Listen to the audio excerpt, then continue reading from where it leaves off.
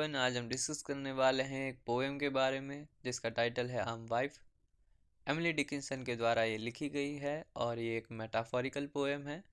Emily Dickinson ने इसको 1860 में लिखा था और पब्लिश किया था अपनी पोएम्स के कलेक्शन में जिसका नाम था पोएम्स, और 1890 में वह पब्लिश हुआ था। अगर हम बात करें इस पोएम के बारे में तो इसमें इंडिपेंडेंस, सोसाइटी और वुमनहुड जैसी थीम्स दी गई हैं।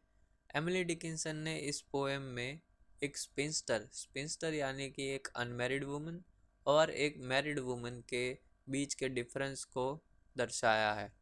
और T.H. हिजिंसन और M.L. टोड ने इस पोएम को 1890 में पब्लिश किया था। उन्होंने इसको एक अलग टाइटल दिया था, एपोकैलिप्स। अब हम बात करते हैं एमिली डिकिंसन के बारे में। तो उनका पूरा नाम था एमिली एलिजाबेथ डिकिंसन। उनका जन्म हुआ था 10 दिसंबर 1830 को और मृत्यु हुई 15 मई 1886 को। वो एक अमेरिकन पोइट थी और उन्होंने ज़्यादातर डेथ और इमॉर्टैलिटी की थीम्स पर लिखा है। उन्होंने कुल 1775 पोएम्स लिखे हैं, जिनमें से कुछ फेमस यहाँ पर दिए हुए हैं। Because I could not step for death, I measure every grief I meet, और आखिरी है सक्सेस इज काउंटेड स्वीटेस्ट। इस पोएम में एक महिला के दिमाग की चिंताओं को व्यक्त किया गया है as a spinster and as a wife. Spinster का मतलब होता है एक अनमैरिड वुमन और वाइफ यानी कि एक मैरिड वुमन जो कि किसी की पत्नी है। और इस पोएम की जो बिगिनिंग है वो एमिली डिकिंसन ने एक वाइफ के पॉइंट ऑफ व्यू से करी है और जो पिछला भाग है वो उन्होंने एक स्पिंस्टर का पॉइंट ऑफ व्यू दर्शाया है। स्पिंस्टर यानी कि एक अनमैरिड वुमन। इस पोएम का टाइटल एमिली डिकिंसन ने खुद से नहीं दिया है।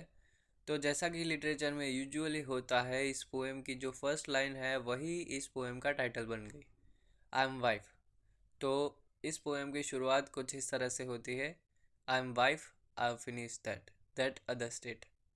मतलब कि अब आई एम वाइफ यानी कि अब जो नरेटर है वो किसी की पत्नी है। आई हैव फिनिश दैट, क्या फिनिश किया? तो उसका जो अनमेरिड वाला स्टेट था, अनमेरिड वाला जो पड़ाव था वो अब ख़त्म हो गया है। अब वो एक अलग स्टेट में है। कौन से स्टेट में? तो वाइफ वाले स्टेट में। I'm Zar, I'm woman now, it's safer so।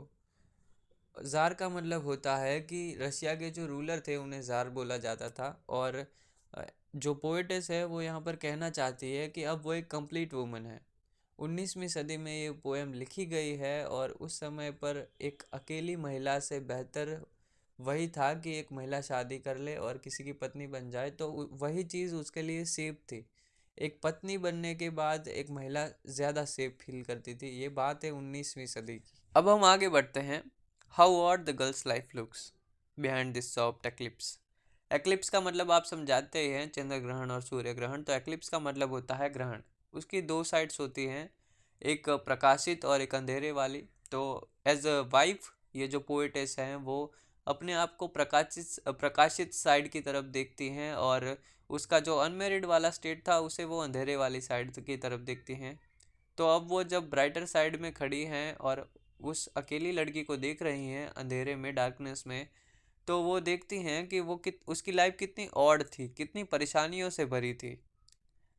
I think that earth feels so to folks in heaven. यहाँ पर एक दूसरी इमेजिनेशन दिखाई गई है। वहाँ पर जो पोएटेस है वो ऐसा फील करती है कि वो स्वर्ग में से खड़ी, जहाँ पर पूरा उजाला है और सब कुछ खुशहाल है, वहाँ से वो अर्थ की तरफ देखती हैं। जो अकेली लड़की है वो पृथ्वी पर खड़ी है जहाँ पर अंधकार है। This being comfort then the other kind was pain. यहाँ पर जो पोएटेस है वो बताना चाहती है कि एक अनमेरिड वुमन की लाइफ एक मैरिड वुमन से ज़्यादा पेनफुल होती है और मैरिड वुमन की लाइफ ज़्यादा सेफ और ज़्यादा कंफर्टेबल होती है। और इस कविता के जो आखिरी शब्द हैं, but why compare, I am wife, stop there. मतलब कि अब कंपेयर क्यों करना है। जो राइटर जो है वो कंपेयर कर करके फ्रस्ट्रेट हो चुकी है और वो बोलते हैं कि ठीक है, मैं तो वाइफ हूँ, यहाँ पर स्टॉप देयर, यहाँ पर ख़त्म करो। और इस तरह से कविता का अंत होता है।